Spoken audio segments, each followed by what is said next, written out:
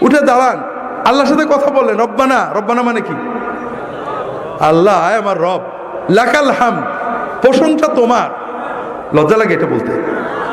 কার কাছে বলছেন? হুজুরের কাছে কত প্রশংসা করেন, মন্ত্রীর কাছে, আল্লাহর কাছে একটু মুখ ফুটে বলবেন রব্বানা লাকাল হাম, এটাও কষ্ট লাগে। ধবাস করে চলে গেলেন সেজদায়। আল্লাহু আকবার বলে মহব্বতের সাথে সেজদায় যান। আল্লাহ রাসূল সাল্লাল্লাহু আলাইহি ওয়াসাল্লাম বলছেন, আকরাবু মা ইয়াকুনুল আবদু মিনাল্লাহি ওয়া হুয়া সাজিদ।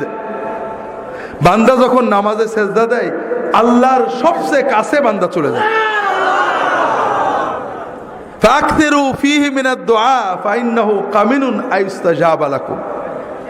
কাজেই সেজদায় যে আল্লাহর কাছে বেশি বেশি চাও, চাও, চাইতে থাকো। সেজদায় তুমি যা চাবে আল্লাহ কবুল করে নেবেন ইনশাআল্লাহ।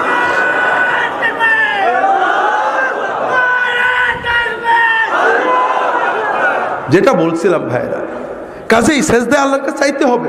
তবে রাসূলুল্লাহ সাল্লাল্লাহু আলাইহি ওয়াসাল্লামের শেখানো সুন্নত মাসনুন দোয়াগুলো চাইবেন। ছোট ছোট দোয়া, কি মজার দোয়া, সব চাওয়া হয়ে যায়। আল্লাহুম্মা ইন্নী আসআলুকাল হুদা ওয়াত তুকা ওয়াল আফাফা ওয়াল গিনা। কতটুক সময় লাগলো? মানে কি?